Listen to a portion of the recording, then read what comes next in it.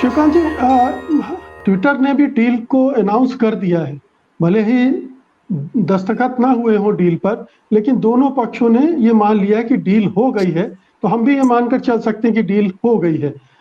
लेकिन ये बताइए कि जिस तरह का एलन मस्क का अतीत रहा है और जिस तरह से अमेरिका में खुशी जाहिर कर रहे रिपब्लिकन पार्टी के समर्थक, ट्रंप के समर्थक, उसके आधार पर क्या संकेत मिलते हैं? देखिए, ये जो खुशी है ये अमेरिका के जो वर्तमान प्रशासन के लोग हैं उनको बहुत ज़्यादा रास नहीं आएगी। पहली बात तो ये। दूसरा, ये सही है कि जो गवर्निंग बोर्ड है उसने हरी झंडी दे दी है, लेकिन इसके बावजूद एक संभावना बनी रहती है कि अगर बोली लगती है, अगर कोई ऊंची बोली वाला कूदता है तो उसको रोका नहीं जा सकता। एक तो ये संभावना है सीधी सी, क्योंकि इससे पहले जब डील की बात हुई थी तो ट्विटर ने ये इशारा किया था कि $60 प्रति शेयर के आसपास वो सौदा रखना चाहेंगे। तो $60 पे सौदा नहीं है, अभी $54 कुछ पेंस पे सेंट पे सौदा पटा है। दूसरी बात ये है कि कुछ उसमें दूसरी अड़चनें आ सकती हैं, जैसे अमेरिका में जो मीडिया कंट्रोल का जो पूरा एनवायरनमेंट है, बाकी इस तरह के सोशल मीडिया के बड़े प्लेटफॉर्म्स पे इनकी मोनोपोली को लेकर के तमाम तरह की आपत्तियां चल रही हैं, कांग्रेस में सुनवाई चल रही है। तो इस तरह की अड़चनें भी वहां आ सकती हैं।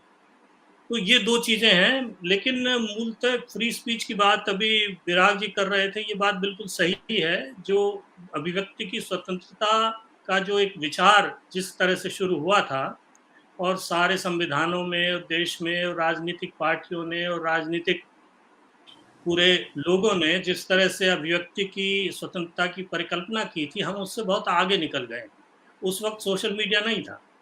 अभिव्यक्ति की स्वतंत्रता का मतलब ये था कि आप किसी पार्टी, किसी एक विचारधारा या किसी एक विषय पर अपना मत खुले में सार्वजनिक तौर पर रखने में स्वतंत्र हैं। उसका मतलब ये नहीं था कि आप एल्गोरिदम से सोशल मीडिया पे ऐसा जो है माहौल क्रिएट कर दें कि जब भी आप, जैसे कल्पना करें कि आप कोई भी पुस्तक खोलें, उसके पहले पन्ने पर आपका ही मंतव्य आए देखने के लिए, अखबार का पन्ना उठाएं तो आपका ही मंतव्य आए। तो सोशल मीडिया इस तरह का मंच है, उसको इस तरह मैनिपुलेट किया जा सकता है, खासकर ट्विटर और फेसबुक पर और इंस्टाग्राम पर भी, कि आप अगर बढ़ाना चाहें तो जो हेट स्पीच जिसको कहा जाता है, जो कंट्रोवर्शियल, जो विवादास्पद किसी का विचार है, वो विचार जो ही आप खोलेंगे अपना जो है वो ट्विटर अकाउंट, तो सबसे ऊपर वही दिखाई देगा। या एक खास विचारधारा के जो ट्वीट होंगे वही आपको सबसे पहले दिखाई देंगे। तो ये इस तरह से मैनिपुलेट होता है, तो यानी आपके गले में, आपकी आंखों में, आपके मतलब 24 घंटे के जनजीवन, आपके जो दैनिक जीवनचर्या है उसके अंदर ठूंसना किसी के विचार को, ये यहाँ तक अभिव्यक्ति की स्वतंत्रता चली गई। इसी बात को लेकर के आपत्तियां उठती हैं और इसी बात को लेकर के फिर सरकारें जो है वो नाखुश होती हैं और प्रतिबंध लगाने की कोशिशें की जाती हैं। अब आपने सही जो है वो याद दिलाया, जो ट्रंप वाला किस्सा हुआ था, आज भी वो किस्सा तो हो लिया और ट्रंप को निकाल दिया गया ट्विटर से। लेकिन आज भी जो ट्रंप के समर्थक हैं, 60-65% जो रिपब्लिकन पार्टी के मतदाता हैं, वो आज भी ये मानते हैं कि चुनाव में धांधली हुई और ट्रंप ही जीते हैं। वो आज भी तमाम तरह की दूसरी चीज़ों को मानते हैं जिनको मानने का कोई औचित्य नहीं है।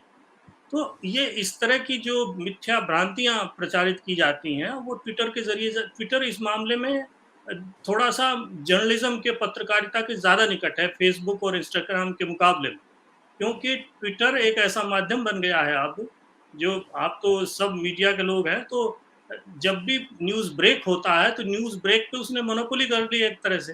तो जब पहले कहीं भी कोई खबर जो है नई आती है तो सबसे पहले ट्विटर पे चलती है।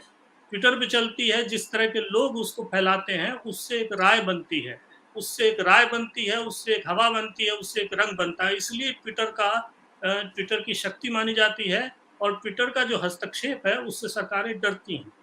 तो ये सारी चीज़ें हैं जिन पे विचार करना होगा। और ये जो मतलब एक तरह से, वैसे तो 9%, 10% क्या मतलब, और 25% शेयर खरीद करके उस पर कंट्रोल कर सकते थे, लेकिन इन्होंने कैश डील में पूरा आधिपत्य इस पे जमाने का फैसला जो किया है, इसके 2 कारण हैं। एक तो ये अपने जो दूसरे व्यवसाय हैं, जैसे टेस्ला है या ये जो अंतरिक्ष में अपना जो है वो आवागमन शुरू करना चाहते हैं, या इस तरह के और बहुत से इनके वेंचर हैं। उन वेंचर्स के लिए राजनीतिक माहौल हर देश में क्रिएट करने में ये ट्विटर का सहारा लेना चाहते हैं, ट्विटर का फ़ायदा उठाएँगे। जी, दूसरा ये होगा कि ट्विटर पर अपना एक तरह का राजनीतिक वर्चस्व बनाएँगे और उसका फ़ायदा उठा करके अपने व्यवसायों को आगे बढ़ाएँगे, ये इनकी दूरगामी योजना लगती है। तो इस मामले बिल्कुल। में आप ये बात कर रहे हैं कि साहब अभिव्यक्ति की स्वतंत्रता मैं खोल दूँगा सबके लिए, इसको खुला मंच बना दूँगा। खुला मंच बनाने का इनका खाली एक ही मुझे उद्देश्य दिखाई देता है कि जितना इसको आप विवादास्पद बनाएँगे, उतना ये लोकप्रिय होगा, और जितना लोकप्रिय होगा, उतने ज़्यादा लोग इसमें कूदेंगे, और जितने ज़्यादा लोग कूदेंगे, इनका फ़ायदा होगा। बाकी बिल्कुल। क्या होगा ये तो इनको तय करना है, अभी उस पे आगे बात होंगी करेंगे। जी।